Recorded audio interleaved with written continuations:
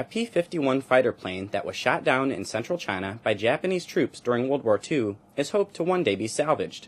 The craft was flown by a member of the Flying Tigers, a fighter squadron that helped defend China from the Japanese military during the war. Accompanied by Luo Bishu, our reporters traveled to the lake where Beneda's fighter has been lying underwater for the last 7 decades. Glenn Beneda, the American pilot of the craft, joined the Flying Tigers in 1942 when he was just 18 years old. On May 6, 1944, after attacking a Japanese base, his fighter was shot down by Japanese aircraft over Jianli County, located in central China's Hubei province. The 20-year-old lieutenant ejected from the craft and landed in a nearby rice paddy, while his fighter crashed into a lake. My airplane was shot up pretty badly in a fight with some Zeros, and I had to bail out. And when I bailed out, I landed in the rice paddies out in the country, and the Chinese farmers were working in the rice paddy. 5-year-old Luo Bishu was playing in the rice paddy at the time of the crash, as his parents were working there. He had something with him at that time. I didn't know whether it was the national flag or what. It was this big. He showed it to us. Knowing Beneda was an American pilot, the paddy farmers rescued him. In order to hide him from Japanese troops, the farmers tied heavy stones to his plane to sink it to the bottom of the lake. The Japanese soldiers that came looking for him the next day found nothing, as Beneda had been taken to a Chinese military unit led by Li Xiannian, who would later serve as China's president from 1983 to 1988. Beneda stayed with Li's troops for 3 months until he had recovered enough to rejoin his squadron. General Li was very generous to us. He gave us each a Japanese officer's pistol, and he gave us a beautiful sword. My father was a division commander in the army. They rescued 7 American pilots at that time. Beneda was one of them. The soldiers and local residents all risked their lives to protect them, as they were grateful to the pilots for helping fight the Japanese. There are many stories of Chinese rescuing Flying Tigers pilots during the war.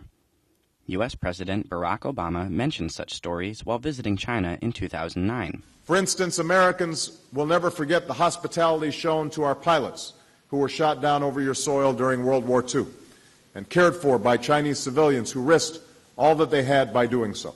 After the war, Beneda returned to the U.S. For the rest of his life, he dreamed of coming back to China to give thanks to those who saved him.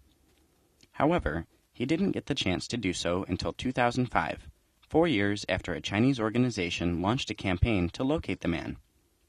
They did so by salvaging machine guns from the crashed fighter and cross-referencing them with Flying Tigers archival information kept in the U.S.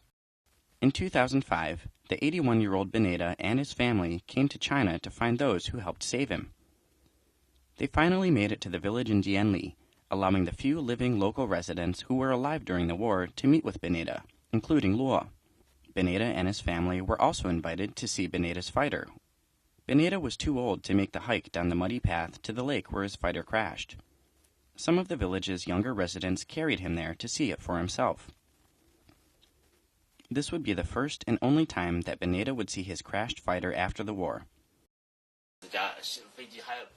Glenn Beneda shed tears when he saw his fighter plane in the mud. His grandson even jumped into the mud to touch his grandfather's fighter. On behalf of my family and my brother, it's our dream that our father can see his plane before he dies. In October 2010, at the age of 86, he made another trip to Hubei, although by that time he was confined to a wheelchair and living with a pacemaker after several heart bypass operations. His heart only works 40%.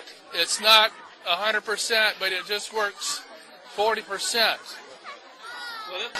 So his doctor advised him not to come. But my father's reaction was, I owe it to the Chinese people. I'm going to come and visit China.